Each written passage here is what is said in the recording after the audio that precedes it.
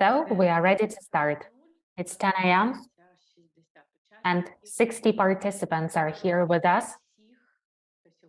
I want to welcome everyone who is here, who has joined our event.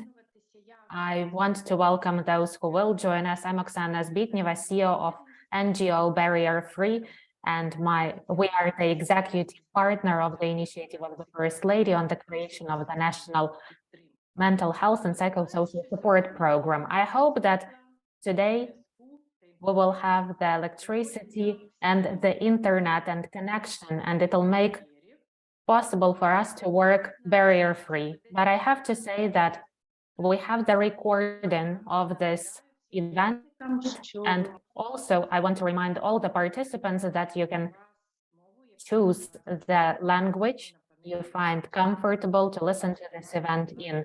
In the panel below, please check and click on the language channel that you prefer to listen to this event in.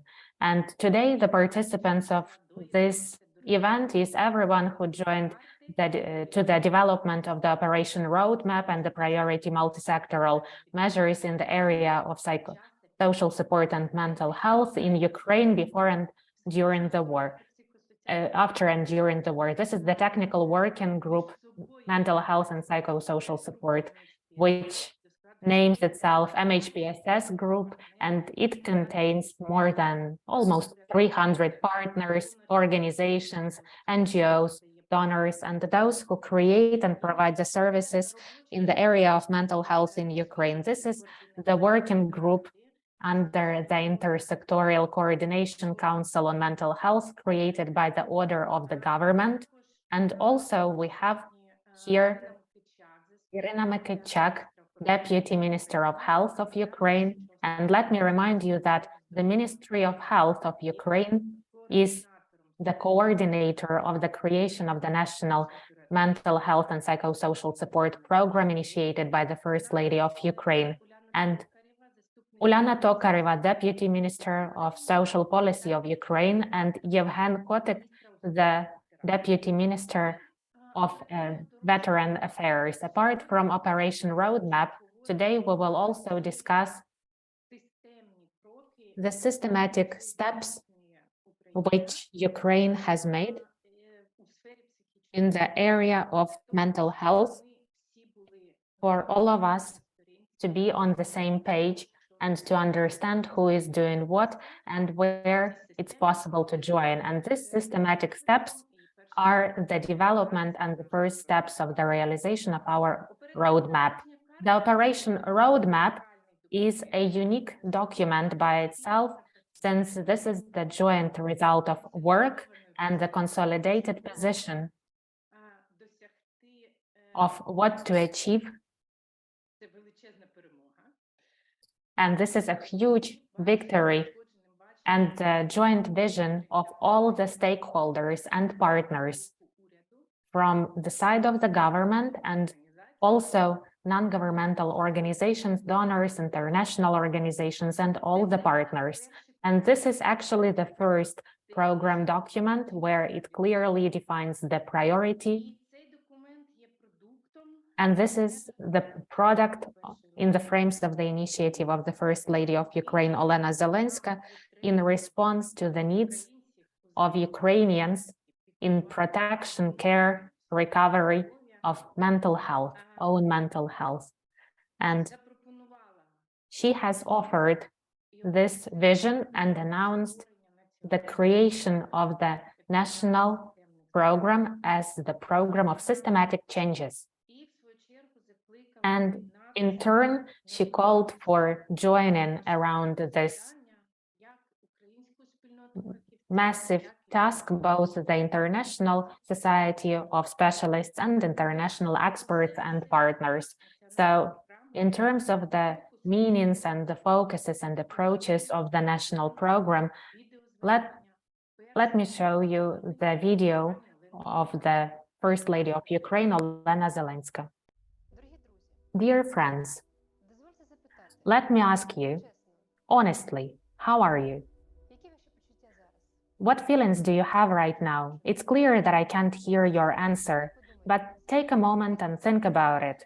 The same question I ask myself, and I look for the answer. Ukraine today is a symbol of courage and determination. And at the same time, we have one virtue that makes us special. It's humanity.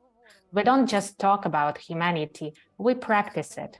Each and every day, each in his or her own field, we take to the heart everything that's happening around us. And when we talk about the fact that a human being is the greatest value, it's not a word game, it's the meaning that we're fighting for. Except the fact that we're fighting against the enemy, we're fighting for the person's inner world, for the person's well-being. Now our experts are creating a national mental health and psychosocial support program and putting it together like a puzzle. And to make this system work, they are already getting the best practices from their colleagues in Israel, Belgium, and the USA. Today, speaking about mental health as a separate category is no longer possible. For health to be only a holistic concept that should not be divided into physical, mental, and social health. Let's think about health as a unified system. There is a definition of the World Health Organization that each of us can try on. So do we have the strength to cope with the daily stress, realize own potential, work effectively? Is it enough of us to contribute to our society? If the answer is yes to all the points, it's great. If no, then maybe the support is needed. Russian invasion has brought so much, and we have lost so much and felt so much. So many new responsibilities and are on us, and each and every one of us is the decision-making headquarters. And dear friends, to say that it's difficult for me, I am stressed, it's not weakness, it's bravery. Trying to find psychological help is right. Not to let stress overpower you and overcome you is the right thing. So let's honestly ask ourselves, how are you? And honestly ask, how am I? And honestly ask people around us, how are you? Sometimes one question and the heard answer can change the mental condition for better. So let's take care of ourselves and the others, not only physically, but also mentally. This is the first step to the mental health of the nation.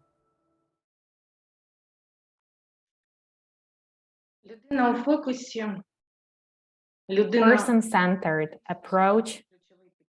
This is the key approach. And our task is to be ready to answer to Ukrainians who do not say that they are okay. So mental health may be possible only for the mature nation, and Ukrainian nation is mature nation.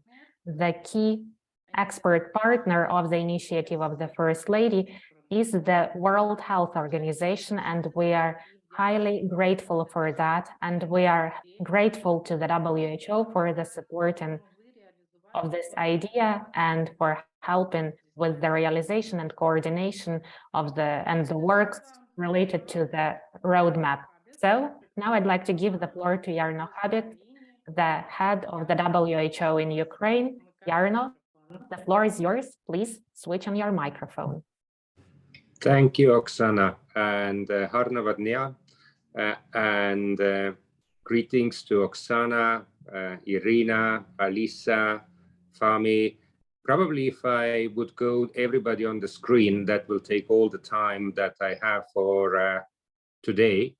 And what Olena was mentioning, that we should ask simply, how are you? Or how are we? I think that's a very important that we will take away also from the opening, because as very often in WHO, our regional director says, Hans, is if we are well, then we can help many. And that's the basics that we have very often in the healthcare. But today, it's my pleasure to speaking to you today, and I really value everybody's participation. I see that soon we are 100 in this call, and this is one of many, as Oksana has said. And I know also together with Alisa too, this is one, but we will have many, many briefings, because this roadmap is an important cornerstone to take us further. But any roadmap is as good as we walk according to that road.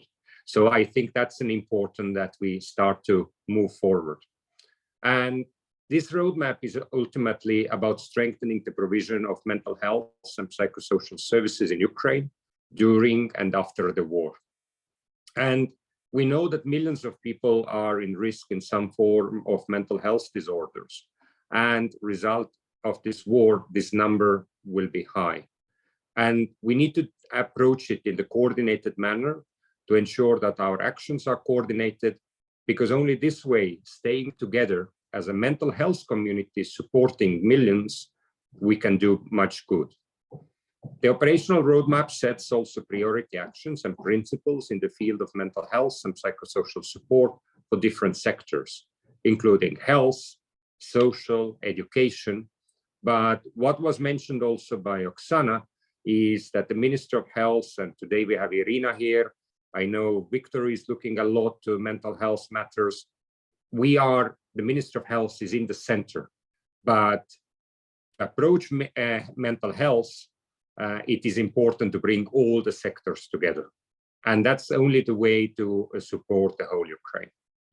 It presents also priority actions on the various population groups, including with the veterans and their families, the internally displaced people, people with disabilities, people who have experienced gender-based violence, people who have been injured by landmines, and many groups. And saying about all of those groups, we need to think that actually we might have different approaches we need to apply.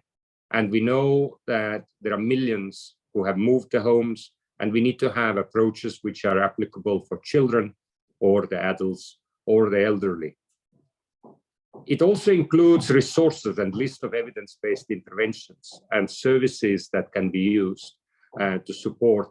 And what is very, very important, we didn't start now. The Russian Federation invasion was on 24th of February and continues.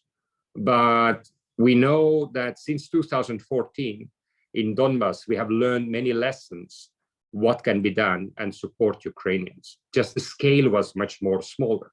So what is important while Ukraine learns from others, and Olena Zelenska mentioned many partners who are helping, what is very, very important for me and what I have learned over years in Ukraine is we need Ukraine model, because Ukraine has its own lessons as well. And this is very important for many of our international partners, that we don't come with a ready-made recipe. There is a Ukraine recipe. Like we have Ukraine Borscht, we need to figure out how we do mental health in Ukraine. And that's important. It needs to fit to Ukraine. And what is important that this roadmap to bring us together and recognizes also the knowledge that we have had with thousands of people and experts who have actually contributed into this roadmap. So now the roadmap has been adopted. It is a living document, but actually what we need to do now is walk that road and put that in practice. And this program that was initiated by the First Lady, now turning to the action, we have colleagues and initiators like Oksana here, I think, with a barrier-free initiative, and others who have probably not slept since the early days of the war, to support many others and all of us around this. So now it's that time to come together and move. So we need a coordinated approach and cooperation for all as we are moving ahead. And we as a WHO, together with the UN, we are also committed to support as we are moving ahead.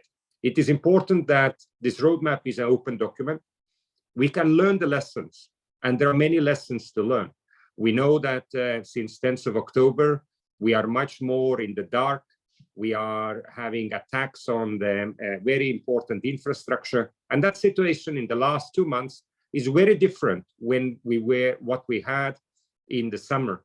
But what I like when I was walking around in Kiev last weekend, you see the children who are sledging down the hills. You are having them laughing. You see the resilience when people gather around the Christmas tree. And that is something that we kind of need to move ahead. So we have different groups, we have different environment, we have lessons from Ukraine, we have a roadmap. That roadmap needs constant updating, but what is important is let's try to practice mental health support for many, and then we can move ahead. And what is important also, that it's not only international community or public sector or ministries, it's everybody's business. And I like to thank many who have brought also the private sector in, and there are many stakeholders who are moving ahead. So supporting the National Program of Mental Health and Psychosocial Support, initiated by the First Lady, Olena Zelenska, but also with a central role of the government and in particular the Minister of Health, is important. And I'm confident that we together can turn this document to action, because that's what makes the difference for mental health and millions of Ukrainians. So thank you, Diakuyu. I wish you a lot of strength, safety, and if we do small things every day, we can make the difference. Back to you, Oksana. Thank you. Thank you so much, Jarno.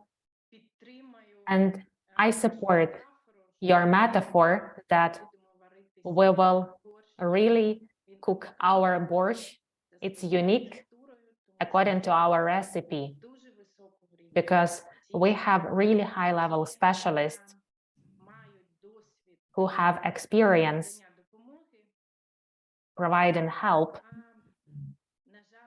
Unfortunately, in difficult and horrible conditions, but this experience is highly valuable. So let's move forward to create the culture of taking care of mental health, and on the other hand, to create the model of service which relies on international expertise and practice, but is Ukrainian. And I hope that we will be the example and benchmark for the whole world in terms of how we cope with this task. So what do we need our operation roadmap for? To be on the same page and to synchronize activities in this humanitarian situation, not to create the services which don't meet the needs, not to invest into things that are not the priority for today. Then again, not to invent the bicycle, but to take the ready solutions and evidence-based practices. This is our filter to do or not to do something. This is our compass in terms of how and what to plan, so that on the service map, which is coordinated by the WHO in Ukraine, we wouldn't see the gaps in the regional level and people's needs would be met. And it's not only for the ministries, it's also for everyone who works in the area of service provision in mental health. So, Operation Roadmap is a true friend of Ukraine. And the friend of Ukraine, Fahmy, Hanna, the expert of the WHO in the Geneva of the Department of Mental Health and Substances, the Interagency Standing Committee co-chair, Alisa Ladyk-Bryzghalova, the head of the mental health program in the WHO in Ukraine, and I will keep an eye on timing. So please, the floor is yours. Please tell us about what we have to pay our attention to working with the roadmap. Thank you so much. Good morning, everyone. It's really a pleasure, a privilege, and honor to contribute to this roadmap and to be together with you today in its second launching. Colleagues, it's not a surprise for you to hear that these days, Ukraine is making and reshaping history at many fronts. And it's not an exaggeration to say that one of these fronts is actually the field of mental health and psychosocial support in emergencies. Ukraine indeed is making history and becoming a role model for other countries in the world in this area of work. During the last 2 decades, I spent my time between different emergencies. from Libya to Afghanistan to Armenia to Bangladesh to Nigeria, and maybe 20 others. But what was unique about the emergency in Ukraine was the local leadership, the national leadership from the First Lady and from the Interministerial Council to get everyone on one page. In the field of mental health and psychosocial support, it's one of the blessings and one of the challenges that our field is multisectoral. It's one of the blessings because you can cover a wide range of sectors, from health to education to protection to gender, and a wide range of areas. But one of the challenges, because it's sometimes impossible to get everyone at one page and identify a set of priorities. But what was impossible became possible in the Ukraine emergency because of the local leadership. So colleagues, really all stakeholders engaged in developing this important operational document are making the history and making a good example for other countries in the field of mental health and psychosocial support. I have to say, while me and my good colleague Alisa are presenting this roadmap today, this is not a WHO document and will not have a WHO logo. This is a document for Ukrainian stakeholders developed by them, and WHO facilitated the process of getting international technical inputs and national technical inputs based on best available international standards. Next, please.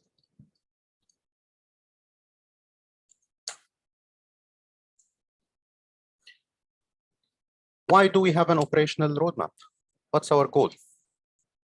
The overall goal is to reduce suffering and improve mental health and psychosocial well-being of all Ukrainians during and after the war. But to do that, we need to set priorities. There are so many things to do in different sectors. And to set priorities across different sectors, we need to make sure that we are coordinating different sectors. So it's used not only as a priority setting tool, but also as a way of coordinating many stakeholders. Before the war, there were, for example, 50 actors working on mental health and psychosocial support. Now we have more than 200 actors. We need good coordination. To do good coordination, we need to build on science. We need to build on best available evidence from studies and also from previous experiences in other emergencies. But while we are thinking of experience in other emergencies, we need to build on what Ukraine know and have. We need to build on previous experience of Ukraine and the specific context of Ukraine. And while doing so and responding to the emergency, we need also to keep in mind that we need a better and sustainable mental health and psychosocial support services. So the goal really is to bridge between the current response to the emergency in an evidence-based way, to coordinate everyone through priority setting exercise to reach the ultimate goal of reducing suffering, improving mental health and psychosocial well-being, and building a better system for the future. Next, please. It is very difficult to get all the authors in one slide. More than 1,000 mental health and psychosocial support experts from more than 60 countries has provided inputs to this document. I think we have unmuted mic. May I ask the colleague to mute himself, please? Thank you so much. I think the authorship for this document clearly to acknowledge was by the national stakeholders. The team from WHO facilitated the process by starting first by looking into existing documents and resources and available reports and previous resources that existed pre-war in Ukraine, but also started by interviewing everyone, all the stakeholders, from the First Lady Office, Interministerial Council, members of the Mental Health and Psychosocial Support Technical Working Group, development agencies such as USAID and the Swiss Development and Cooperation Agency as presented in Ukraine by Mental Health for Ukraine project.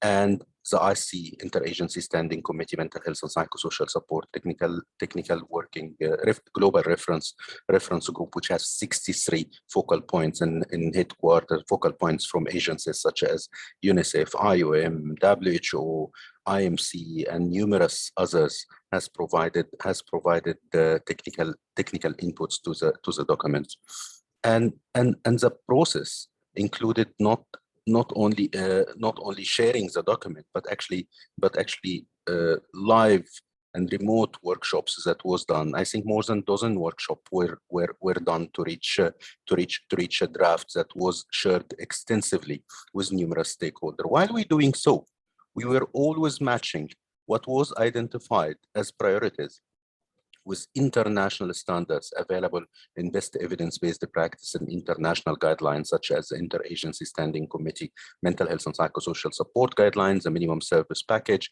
and numerous other documents. And I want to give the floor to you, Alisa, also to give us a quick overview if I missed anything in the process and the authorship. Thank you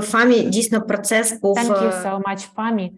Really, the process took a lot of time, and the number of participants, and we calculated approximately, but more than 1,000 people. We took into account the opinions of more than 1,000 people, experts, and organizations in different ways. I'd like to emphasize one point, that many times we ask the question, when can we stop receiving the feedback?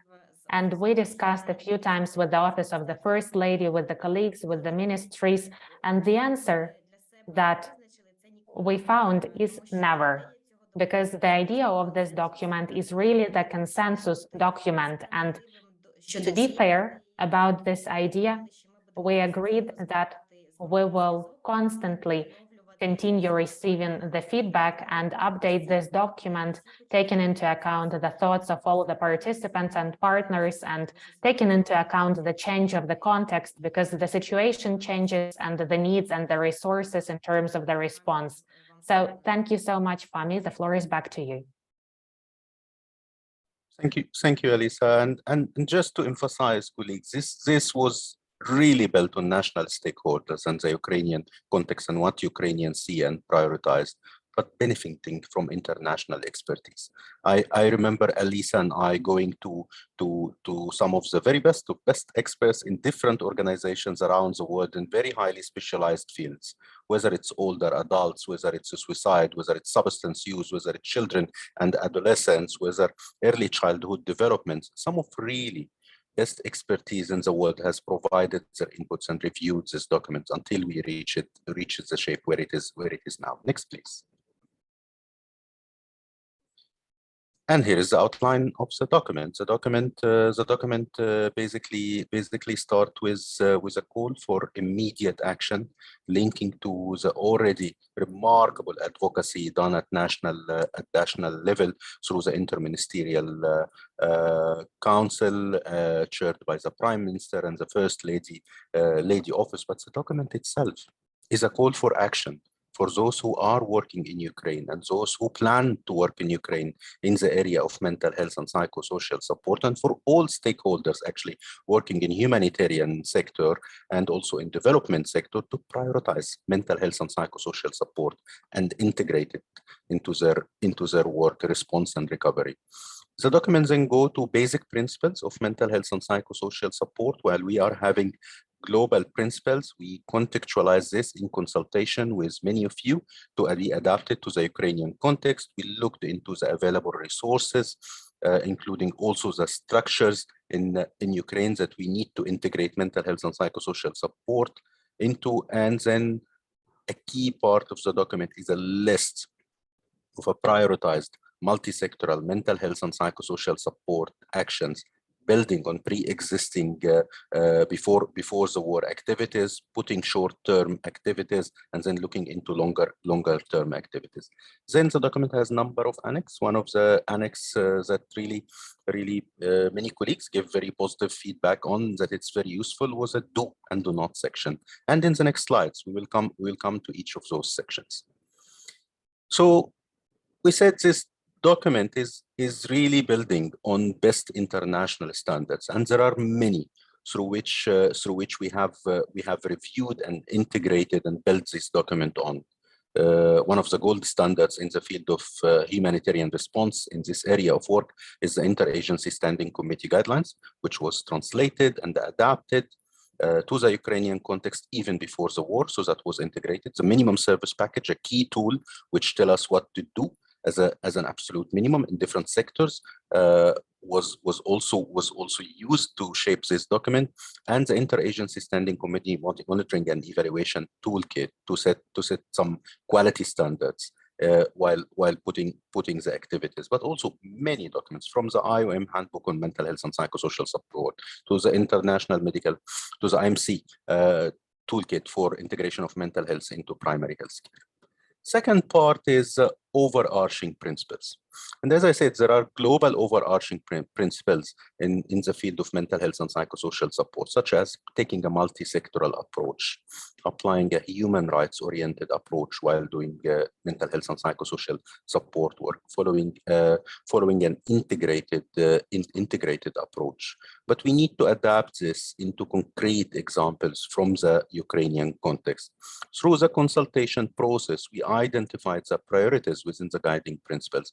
For the aspects such as the multisectoral approach, Ukraine has set really a role model for other countries by setting early at very high levels this interministerial council and engaging different sectors, not only health, but also education and protection, Ministry of Veterans, and numerous others played a key role. So in following the multisectoral global guidance, Ukraine is really setting an example here.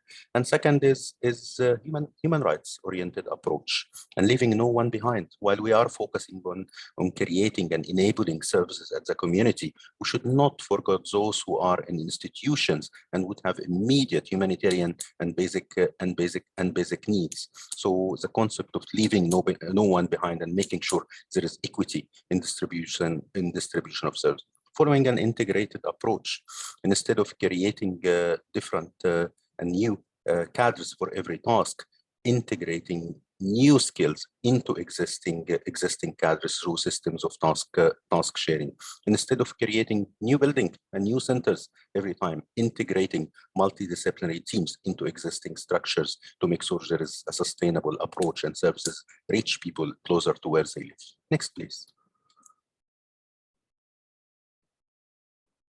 Over to you, Alisa.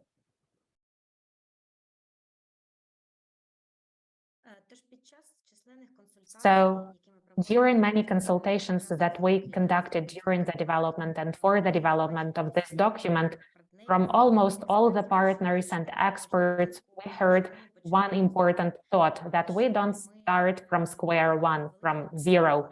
We have a lot of results from the private and public sectors and in the area of mental health and psychosocial support starting from 2014 and 2015. And the idea of this document is also based on the fact that we have to build our humanitarian response and emergency response to overcome the challenges of the war right now in the way that it should be built on the innovations and accomplishments of the previous years of the past. And in this document, we also emphasized that the reforms of previous times in the area of health, which started from the sector of primary care line, the program of medical guarantees from the social sector. We speak about the renewed list of social services and other state standards related to mental health and social services, the program of psychological rehabilitation in the work with veterans and new hospital, Lisova Polyana. And here are just a few examples. There are way more than that examples. And on the other hand, in terms of coordination and international support, as it has been said today, we have a group, mental health and psychosocial support group, working under the coordination of the UN. And today, we have a meeting with all of you who are here. And from 2015, we had 50 partners in the group. And if I'm not mistaken, it was also one of the biggest or the biggest group by the number of partners in the world. And right now we have more than 200, almost 300 partners. But these partners who worked from 2014, they also contributed and provided innovations, adapted, contextualized, and started implementing international standards, evidence-based practices, and the best world practices. For example, the program of intervention, CETA intervention under the support of USAID, the communication campaign on mental health, which was supported by the MH4U project and Swiss Agency on Development and Cooperation. Also, a lot of other interventions and best practices, world best practices were implemented that have already been translated and proven to be effective in Ukraine. Everybody knows about it. Psychological first aid, different ways of stress management, problem management, and different elements of scaled up interventions in EMDR area, multidisciplinary mobile teams, and other innovations. So the idea of this document encourages for new partners, first of all, to look at a comprehensive intervention and practice package available in Ukraine, and that can be scaled up. And if still we see a gap after that, then it's important to bring in the new ones and implement them and translate them, because it also takes a lot of time to do that. Thank you. Fahmy, the floor is back to you. Thank you, Alisa. And colleagues, in the field of mental health and psychosocial support during the past decades, we have learned many lessons. We learned lessons from good practices, but also we learned lessons from bad and harmful practices. In fact, the Interagency Standing Committee Mental Health and Psychosocial Support Guidelines was actually based on a response that was less than perfect back in 2004 to the tsunami in Sri Lanka and the neighboring countries, when there was the whole world wanted to help. Back in 2004, 18 years ago, the whole world wanted to help, and there was huge influx of large number of humanitarian organizations, but not coordinated, not based on best standards, fragmented, not applying science, and most importantly, not building on existing structures. And I'm so glad the stakeholders involved in the Ukrainian roadmap tried to avoid this. If we go to the next slide, please. So as you see, a very important table in the roadmap. I encourage you, if you haven't seen yet, to look at this specific table within the roadmap. It starts with pre-existing activities or structures in every domain that existed before the war. So we build or modify and adapt existing structures to cope with the immediate needs, which is the second column, the immediate needs and short-term needs that we will use for quick wins to scale up the system quickly to respond to the acute emergency. But while we are doing this and building on existing structure and responding to the acute needs, we will be looking into the future, into recovery and rebuilding phase, and looking into the next 2 years, how to build a more sustainable and better mental health and psychosocial support system using what we had before, using what we adapted, and keeping a good eye on the future, in all that using science, using best available evidence that we have really reviewed to create each of these activities. It's an operational roadmap, so we put a checklist on the new activities to indicate which activity has been initiated, which activity is still in the pipeline, or which one has not been initiated. Colleagues, I don't think we have the time to go through the whole domains within the document, but let me give you a couple of examples. There is one of the domains which is coordination. One of the activities would look into national coordination mechanisms that existed before the war in mental health and psychosocial support, which is this group. We are meeting within today, the Mental Health and Psychosocial Support Technical Working Group. I was privileged to visit Ukraine since 2017, and that group was there and was still seen by the whole world as one of the best and most well-functioning mental health and psychosocial support technical working group, but it was having 50 partners. Then this group now became one of the largest number-wise regarding the partners. You are having more than 200 partners. That's the largest ever. That come with opportunities, but also come with coordination challenges. That means you need to scale up existing resources to do mapping of activities. You need to scale up existing resources to build the capacity of coordinators. You need to rely not only on a national group, but having also sub-national groups. But now while you're doing all this during the acute response to strengthen mental health and psychosocial support coordination, what you need to do in the future is to think this built capacity, which exists in different cities and different oblasts, how to use this to integrate into national coordination mechanisms for mental health and psychosocial support services in the midterm future.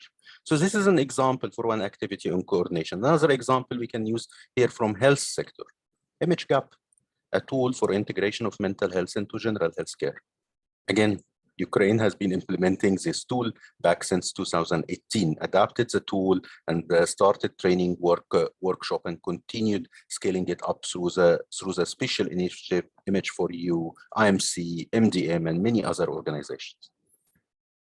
So now we have trained personnel on MHGAP, how to adapt MHGAP to make sure that we are including modules. Some of them may not have been included before, such as the stress-related conditions to be integrated into the capacity building of nationwide, and how also to be able to reach more trainees and participants to scale up training of trainers.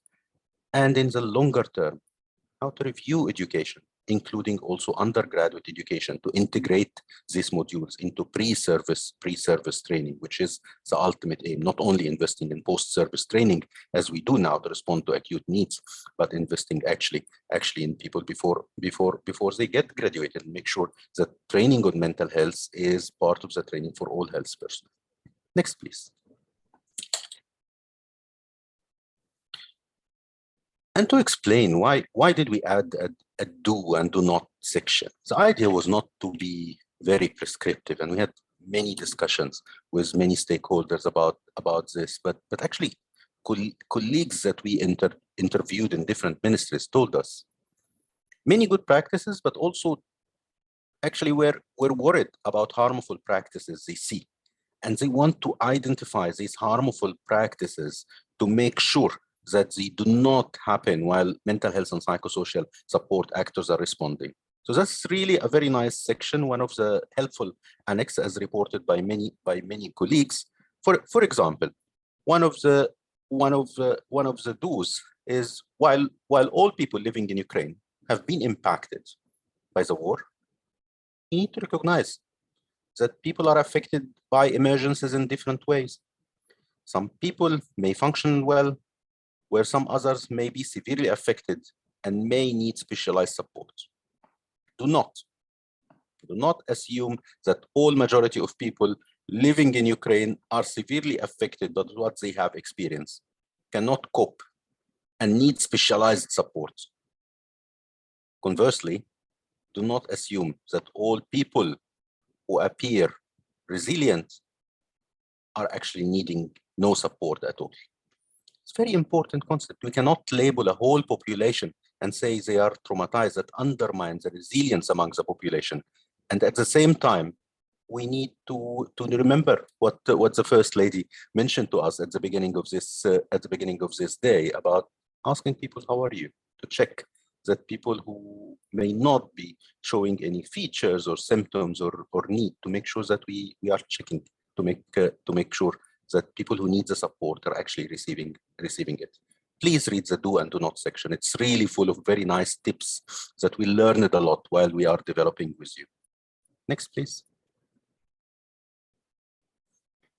This is very important, colleagues. You know what get measured, get done, and the teams that worked on this document was very clear from the beginning. You need to include monitoring indicators. There are goal indicators and there are outcome indicators. Again, I don't think we have time to go through all of them, but let me share with you one example for one of the outcomes. The outcome, the ongoing emergency response is coordinated, does not cause harm, and is dignified, participatory, and owned by Ukraine. And it adapts international best practices to the Ukrainian context. The indicator we use here, we decided not to overwhelm the existing information system and try to look into data that can give us good impression, good progress about whether what we included here as activities are actually working and actually being implemented in the field. So the document is really operational, but also without getting into too many details that would overwhelm those who collect the information. So the indicator we selected here was percentage of workers who are trained in mental health and psychosocial support interventions and are following guidance such as the IASC guidelines on how to avoid harm. And for example, the World Health Organization has launched a platform on Open WHO where this information on those who receive the online training can be calculated very easily and automatically. Before handing to Alisa, allow me, colleagues, to congratulate you. We are so proud and we are so happy with what Ukraine has achieved with this roadmap. Still long road ahead to implement all the activities which are included in this roadmap. We all need to come together, from implementers to stakeholders to those responsible for governance, to those who are the donors, the development agencies, the humanitarian responders to implement this roadmap. And let's remember, this is a live document that we need really to update as we go. Back to you, Alisa. Thank you. Пані Аліса, у вас лише 30 секунд. Alisa, you have only 30 seconds, and then we move on. The floor is back to you. Thank you. Thank you, Fahmy. Thank you, Alisa. Let me remind you that this document is available both in English and Ukrainian, and it will be sent one more time to all the participants who are here at this presentation and to everyone who is registered in the working group and technical working group. So, with pleasure, I will ask you to switch. I will ask Irina Mikachek to unmute herself, and before that, I'll say a few words only. Over this period of time, Ministry of Health of Ukraine approved really a lot of and made a lot of systematic important decisions which are important and key decisions, and which all the specialists working in the area of mental health waited for. And these decisions are different and they are changing the system. And right now, Mrs. Irina, the floor is yours. Could you show us what the Ministry of Health managed to do? And all of that is in the roadmap as the response priority. The floor is yours. Thank you so much. First of all, I want to thank for this great meeting today. And really, this is a unique example of how, thanks to the international partners, in particular the WHO, we gathered as an absolutely equal stakeholders and the participants of one important action which has a lot of directions and components. And on behalf of the minister and the team of the Ministry of Health, first of all, I want to thank Jarno, Alisa, Fahmy, and the whole WHO team and barrier-free NGO, Mrs. Oksana, and especially I want to say about the Office of the First Lady and the initiative of Olena Zelenska. We did a lot during the previous years, from 2014, from 2018, and during COVID pandemics, a lot of attention was paid to the mental health. We met with the WHO colleagues at very important ministry summits and the Global Initiative and Coalition of Mental Health. I mean, the ministry really got engaged into the work related to mental health. And let's be fair, during the war, when the most vulnerabilities were apparent and our problems were apparent, and the First Lady of Ukraine, Olena Zelenska, thanks to her leadership and initiative, raised this question of mental health to the high level. So she raised this bar so high that today, for every ministry, for every central authority, the point of mental health is the priority, really interesting priority, and every department of the state authorities, including the parliament, our parliament, and all of them looked from the other side at what's happening in our teams, in our sectors, in our areas of activities of different ministries. For sure, the government has a significant impact at the work of every sector, and when the priority of the ministers is mental health and how to be a part of the help to our citizens, that's really important. And it was very pleasant for me to hear that among my friends, colleagues, doctors, who after our activities, events, or different regulatory documents said, that's a great thing. I never heard that so many people speak about mental health. It's not about talking. Actually, we speak about clear, specific steps. Maybe there aren't so many steps as we want them to be. And the fact that during the war, we're not waiting for the war to finish. And before the victory, we hope that thanks to our armed forces, our victory will be fast and effective. We don't even doubt that. But before the victory, we do different things, make different steps, which will make it possible to help our citizens receive psychological aid, psychosocial support, and actually the national program of mental health and psychosocial support is aimed at joining all our efforts of the state authorities, NGOs, and there are a lot of NGOs participating in the realization of different tasks. And that's highly important, since without you, we can't do anything. International partners and really powerful expert organizations, the leader of which is the WHO. And the fact that during every visit in Ukraine of the head of the European WHO Bureau, Dr. Kluge, recognized faces and familiar people, we communicate something that never happened before in the communication with the Ministry of Health. And I can for sure say that because I have experience in the health area work. And today we actively exploit the support of the World Health Organization and their expertise. We presented huge result, which we're speaking about right now, operational roadmap at this intersectorial coordination council meeting, and the Prime Minister and the First Lady of Ukraine and the government members showed interest to it and participated in the discussion of the roadmap.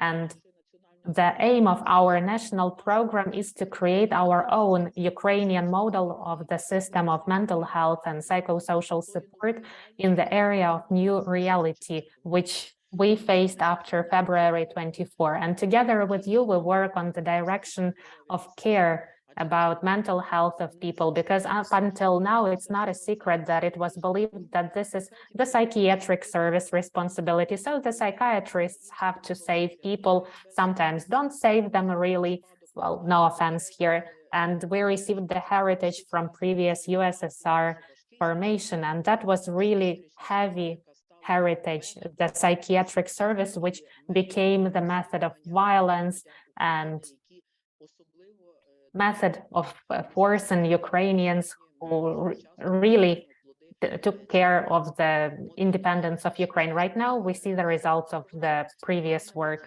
And the national program is aimed at defining every role of every ministry in this system and the new functions to provide the new services.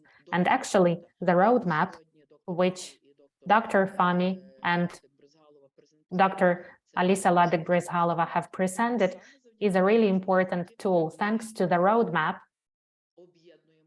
we join our efforts, we specify our actions and steps, and actually all our work is the multi-component approach, which has to be well coordinated. And in the roadmap, we see the steps that we have to make. The Ministry of Health has already made specific steps, and these steps were long awaited by the professional society, and sometimes we face some barriers, just like every person in Ukraine has barriers in terms of psychological support and specialized psychiatric aid, but we move forward. Dr. Fahmy has already said about the training course, MHGAP training course, and from 2014, the Ministry of Health and the partners implement MHGAP to support the reform of health. The WHO provided general coordination, translation, training for the trainers, and right now this tool MHGAM and implementation of the design is based actually on the population needs,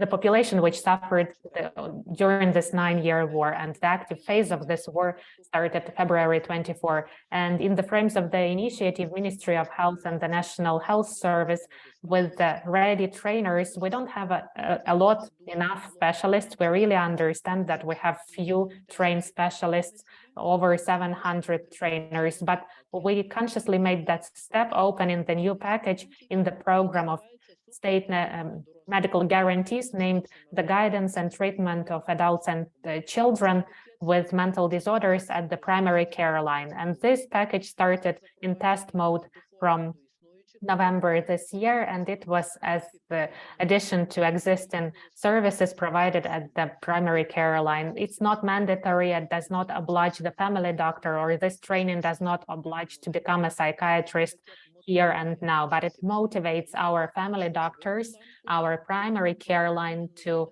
take new knowledge in the area of mental health. And actually, family medicine, which is really powerful and strong area in the medicine of Ukraine in the area of health, which was the first one to go through the reforms, is actually the door we have to knock on, open and enter and receive the adequate consultation, support and referral to specialists. This is the way that we choose to move forward, and also we continue working in terms of scaling up of MHGAP service and scaling up of the multidisciplinary mobile teams on mental health, community health mental mobile teams. So there are 80 teams, and in 22 we issued the Ministry of Health order, which regulates the work of the community health teams in the area of mental health. We also made a step to implement in the system of health the such specialty as clinical psychologists. We enabled specialization of psychologists, and so that they would receive the specialty psychiatrist. We implemented the new internship in psychiatry. We expanded state order on the preparation of clinical psychologists in higher education institutions, and we continue moving forward this way.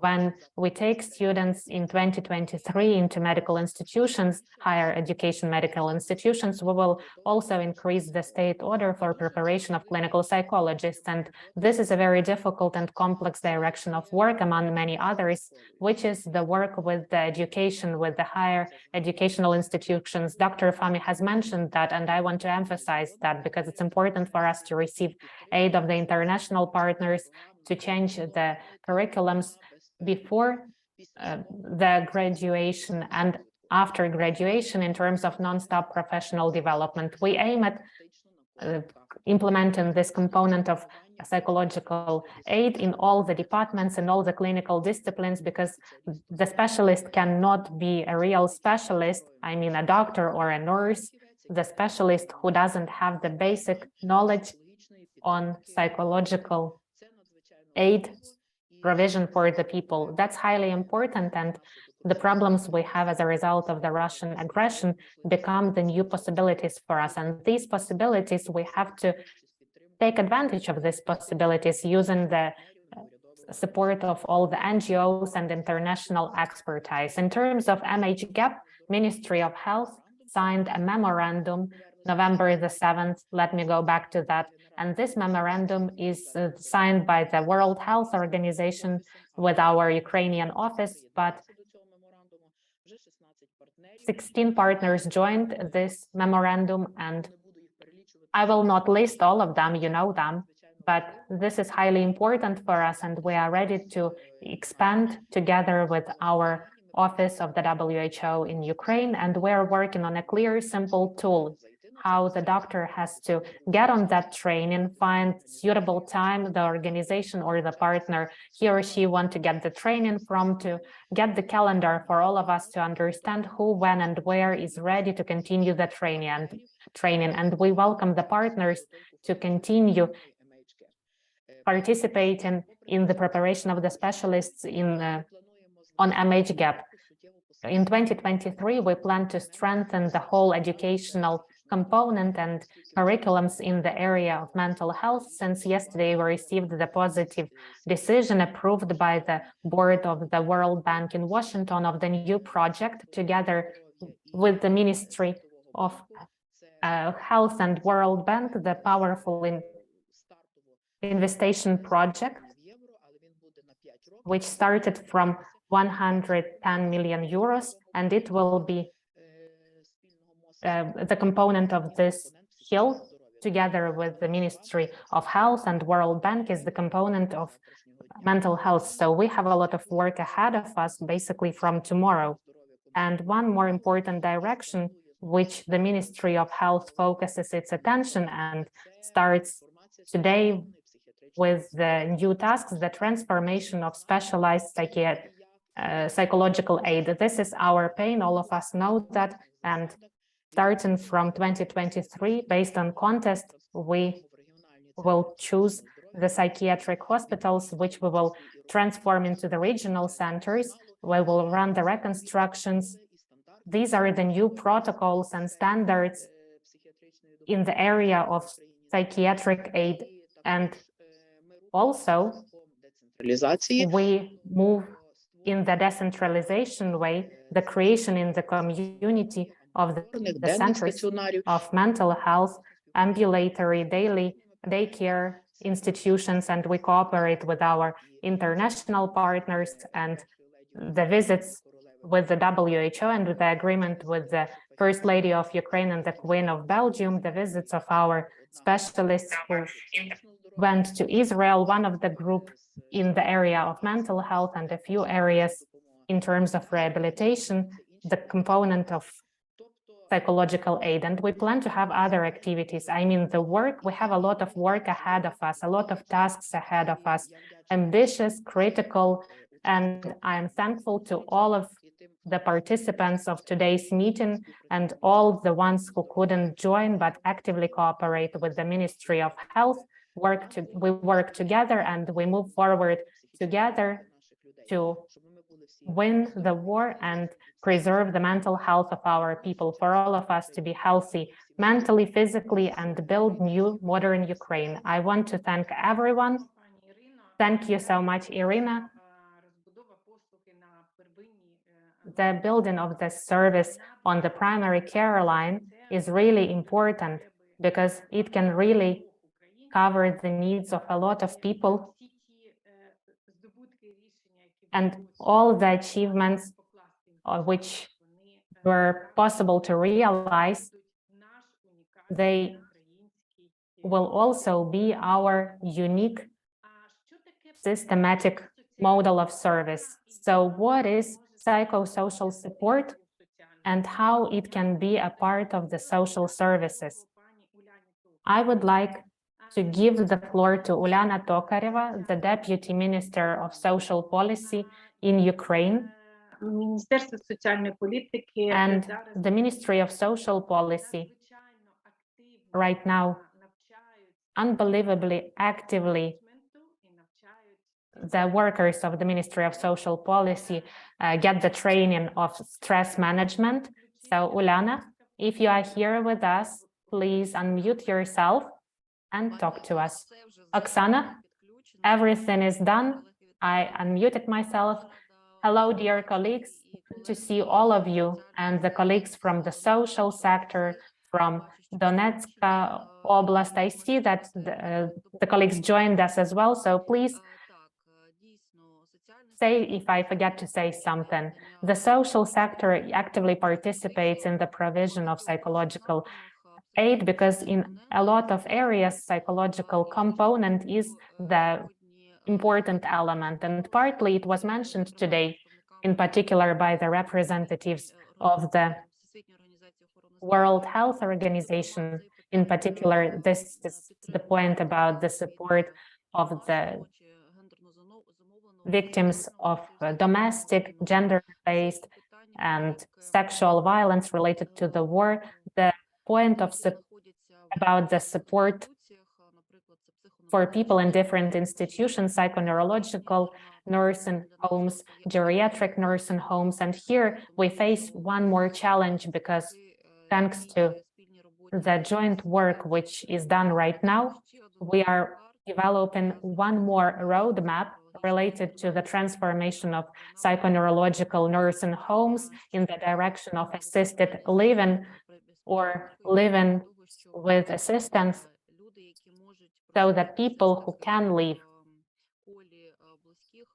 in the area live with the family members or relatives, so that they would be able to do that. And here I'd like to pay attention to what Irina Mikitchak has said, that the implementation of the new packages of services which are related to the psychological or psychiatric aid, here it's highly important, because we do understand that no social support is possible without this package if we want to make it possible for the person with mental disorders to live in the family.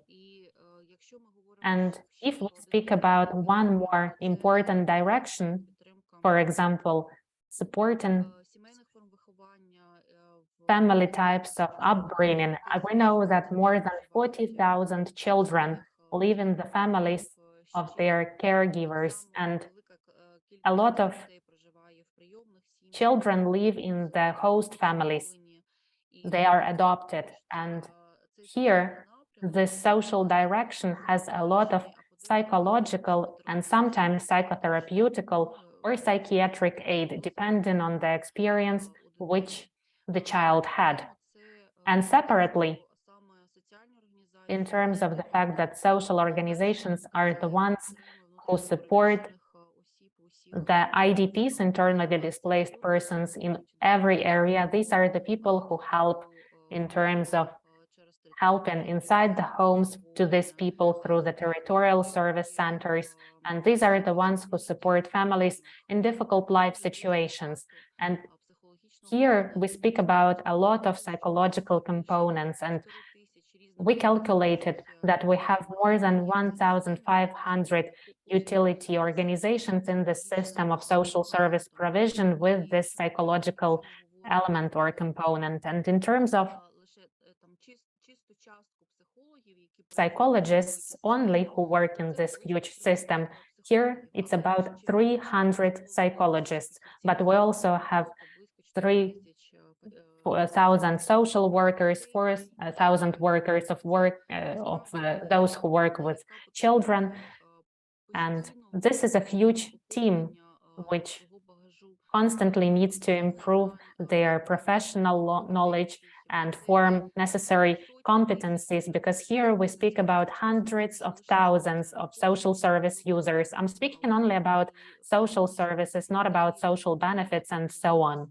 So here it's really important for us that every single person working in this system of social support, and here we also speak about the social benefits, pension fund, and social protection department, for all the workers to have the skills of psychological first aid. So here, in terms of the program Self-Help Plus, we have an active training. More than 1,500 social workers took this training, and it's really important to have the cooperation with other organizations which help to get the training for the specialists. I saw Igor Beskaravayny from IASC. They help us with the training on psychological support skills for the families of veterans and military men and soldiers, so that they would be able to become the support for the children and other family members, for husbands, wives, mothers, fathers. So we constantly look for the cooperation with the partners who can provide the training. Training element is highly important for us. And as I've said, it's really important to cooperate with NGOs. And in our work, we never exclude NGOs, non-governmental organizations. And it's important that the operation roadmap was developed with the participation of NGOs, because we actively rely on the service, social service provision partners. For example, Let's Help organization or Życie Loop organization, the organizations which daily work with the elderly people, in particular in the psychoneurological or geriatric institutions, and it's important for them to be on this map, on this roadmap of psychological service transformation. And I've said that right now we're actively working on with our colleagues. I see Vitaly Kunchuk and there, yes. I don't see everyone here. I just see the step-by-step, we're working on the step-by-step plan, how we can implement the assisted living. So this cooperation, and I see Yevhen Kotik from the Ministry of Veteran Affairs, with which we cooperate in the provision of the support. This cooperation, the basis of the cooperation, which were formed during the process of the development of the roadmap, it's highly important for us. I mean, among the ministries, expert organizations, international organizations, NGOs, and by basic levels where this service is provided, which is important, and on the level where the decisions get made. So I do hope that we will continue our active cooperation on the implementation of the roadmap. Thank you. Thank you so much, Olena. You really said a very important point. We can be effective and mutually beneficial when NGOs or international partners ask the state, what gaps do you have? And we can cover these gaps with our own resource, expertise, and funding. And in this case, this will be connected and put together as pieces of the puzzle. And this is not the area for competition, because mental health area is the area of cooperation and interaction. So we want to thank the Ministry of Social Policy. So right now, about huge society, huge target audience, veterans and their family members, unfortunately, this target audience is getting bigger, and luckily, it's one of the priorities and focuses of the state.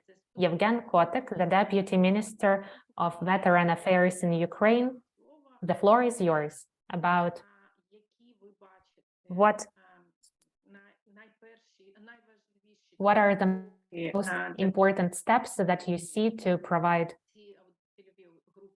this target group psychosocial support or psychological aid, and what points of cooperation you see with the service providers from international partners and NGOs. The floor is yours. Please unmute yourself.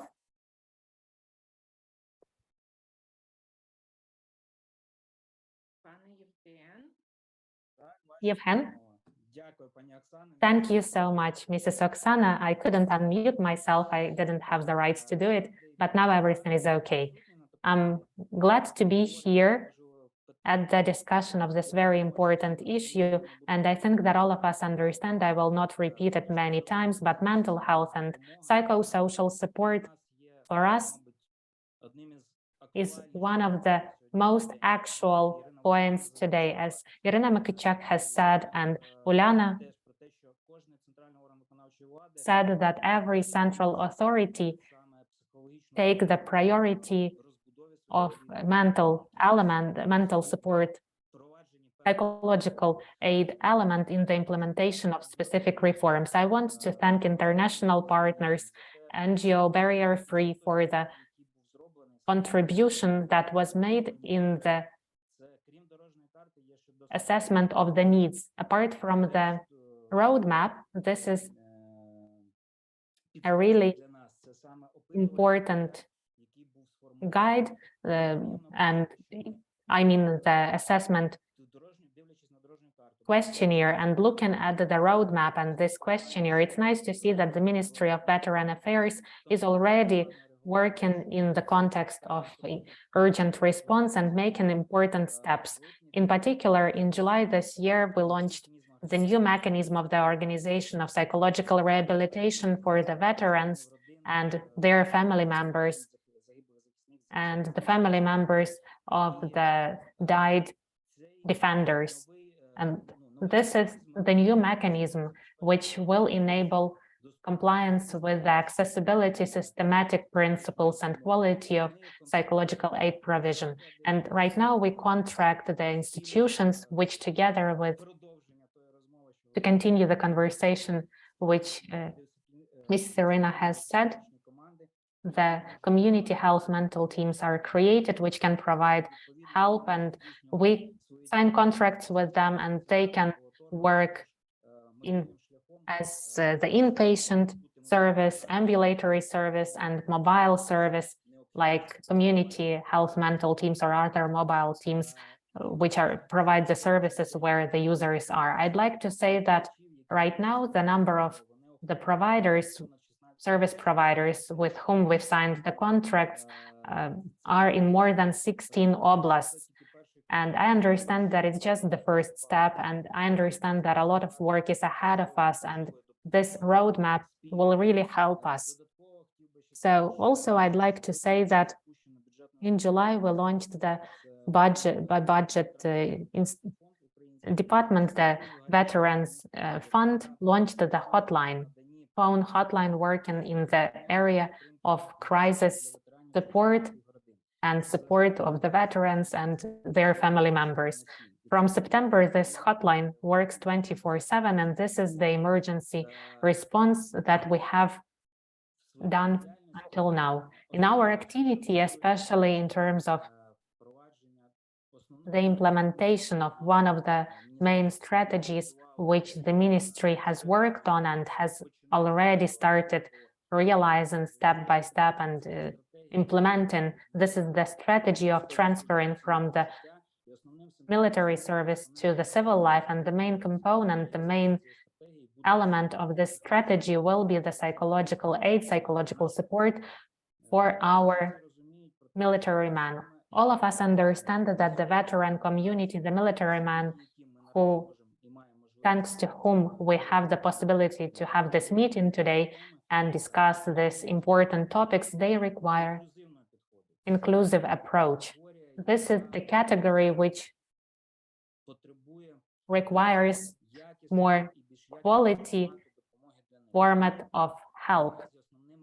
So right now, the most important, if we speak about the recovery period, the most important priority which the ministry has is the use of evidence-based methods of work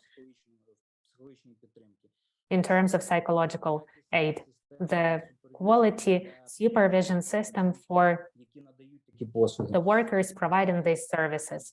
And in our work, we also work in the area of sports activities, the participation in Invictus game, and we engage the specialists, both practitioners working with our category of people, and we also engage the scientists, and we create the methodology of the engagement to the participation in these games of veterans who received the injuries.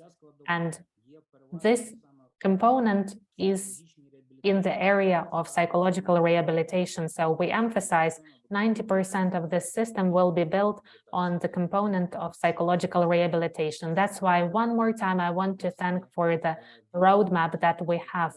And it really complies with our vision and the vision of our colleagues. And it has rightly been mentioned that we have right now, in terms of during the emergency response, we have to coordinate our actions and act together, helping and supporting each other, providing the systematic approach to mental health of our citizens In particular, for us, it's highly important the group of military men and veterans and their family members, but also we have to build the foundation so that after the victory, our military men who will become the veteran society and their family members, especially the family members of the died defenders, would understand that the state is doing fundamental things and quality system of provision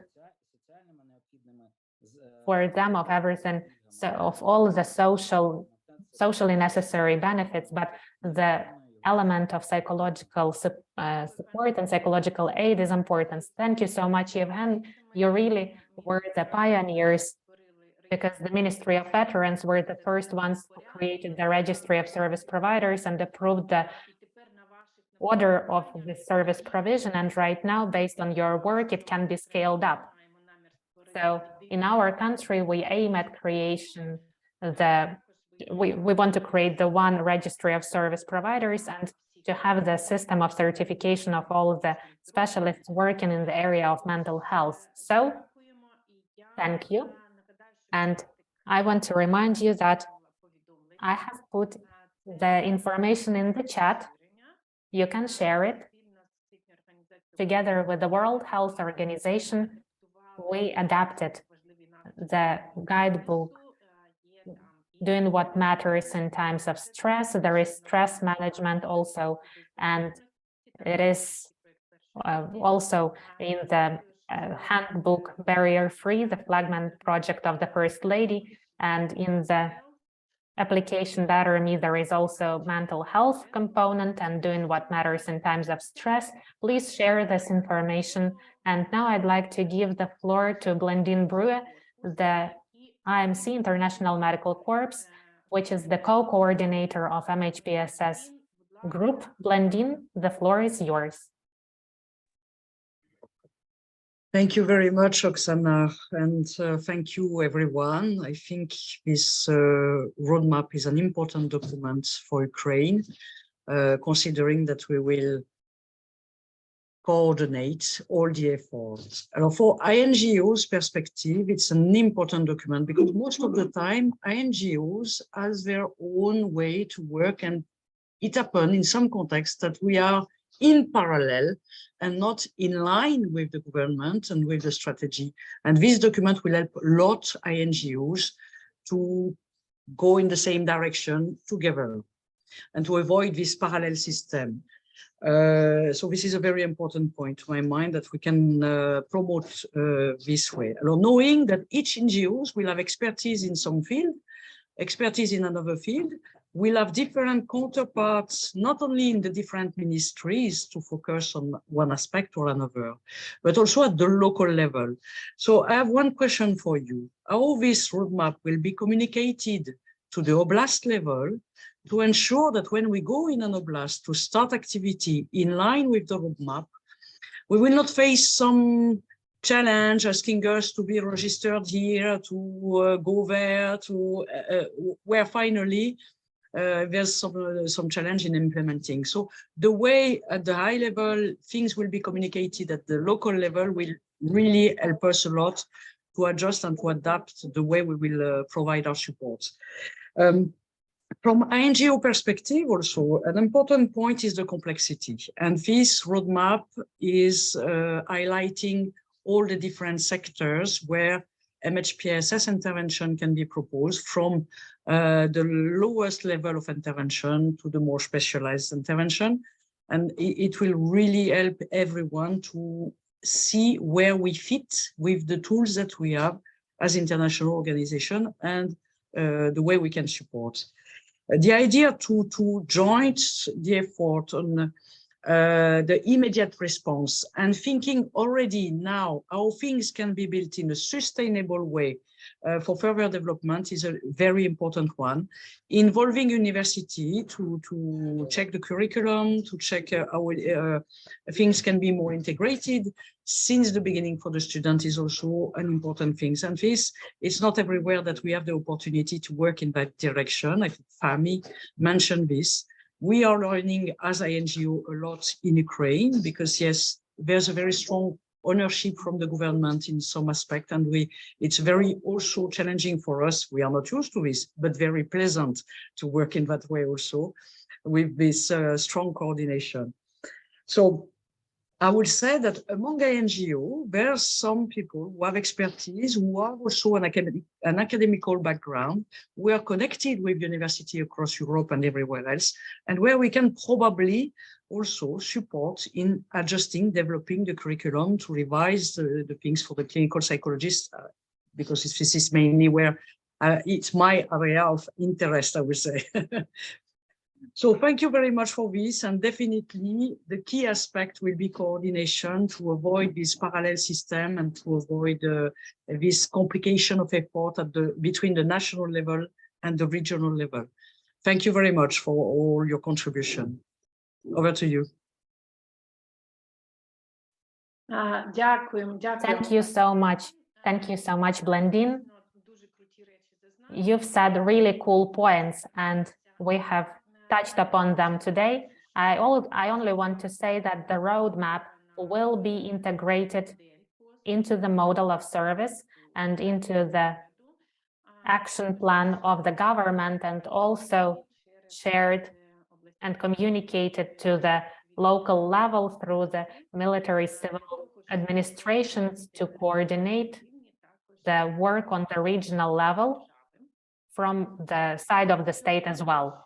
In terms of the higher education, it's also an important element and component, and Irina Mekichek has said about it today, so we can join our efforts here to find the best solutions. In terms of, also I want to address all the participants, please plan in your activity for the next year.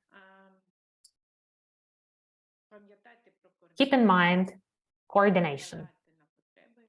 Take into account the needs and cooperate and interact with the state. Together, we're stronger, and together we can be way more useful.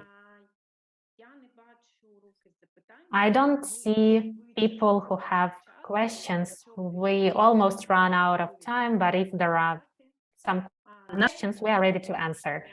Let me remind you that the operation roadmap in Ukrainian and English will be sent to all the participants of this meeting and to all the members and participants of the technical working group and the government working group, and this document will be also shared on the regional level and all this to all the state institutions.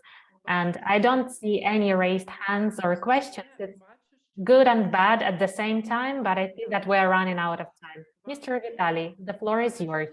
Thank you, but please be brief. Briefly, just 2 words. Actually, I'm really impressed with what's happening with the activity and the number of engaged people. I really want to say that when we make our plans, we have to, you know, there is the Bible, there are prayers which we say in the church. Sometimes it's important to go back to the Bible. This is the concept of the development, and it's important. This roadmap, this concept of mental health is our Bible. So we have to take it into account when we create the foundation and when we work.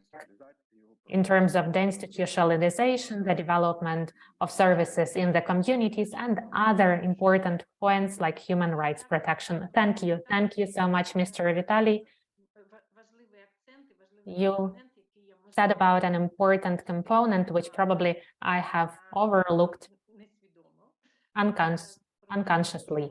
So about the fact that people use the services where they live, and the services are created and provided in the communities, and those who are closer to people, they have to be specialists, trained specialists, and coordinate their work. Thank you. The concept goes before everything else. Our concept is our Bible. Igor Baskaravayny, briefly, the floor is yours. Thank you. Thank you for the possibility to participate. And the topic of mental health covers right now all the areas of Ukrainian life. As Irina Mikitchak has said, that every institution, department will have own area of responsibility and tasks to fulfill. So probably during next meetings, I want to find out more what tasks have different departments, who is responsible for what and who is doing what. So also it's important to understand whether it's more a technical question, whether somehow the sharing the information between different departments will be regulated, whether different information will be transferred from veterans, from the Ministry of Veteran Affairs to other ministries. Let me answer your question, despite the fact that you addressed it to Mrs. Irina. Yes, really. The model is being developed where the roles of every organization will be defined. We will present you the model and the roles and the understanding of multisectoral cooperation. We speak a lot about coordination, but we know that the biggest gap is the absence of interaction, and building the road for the user of the service. We have to create the system where on every single step we wouldn't lose the user. So in this regard, let's move forward. Fahmy, very, very briefly, and I will finish this meeting. Very, very briefly, we all have the same objective, which is reduction of suffering, improving of mental health and psychosocial well-being. But I think one of the great things that the Ukrainian roadmap has managed to achieve is bridging not only development and humanitarian, but bridging, which we don't see in many countries, bridging between the NGOs, UN, and the government, different sectors. The key message is leave no one behind. Leave no one behind does not apply only to beneficiaries everywhere, but actually leave no one behind apply also to stakeholders engaged in mental health and psychosocial support. Make sure that everyone working in this area is under the umbrella of the roadmap endorsed by the actors in Ukraine based on best available evidence. Thank you and congratulations to Ukrainian stakeholders.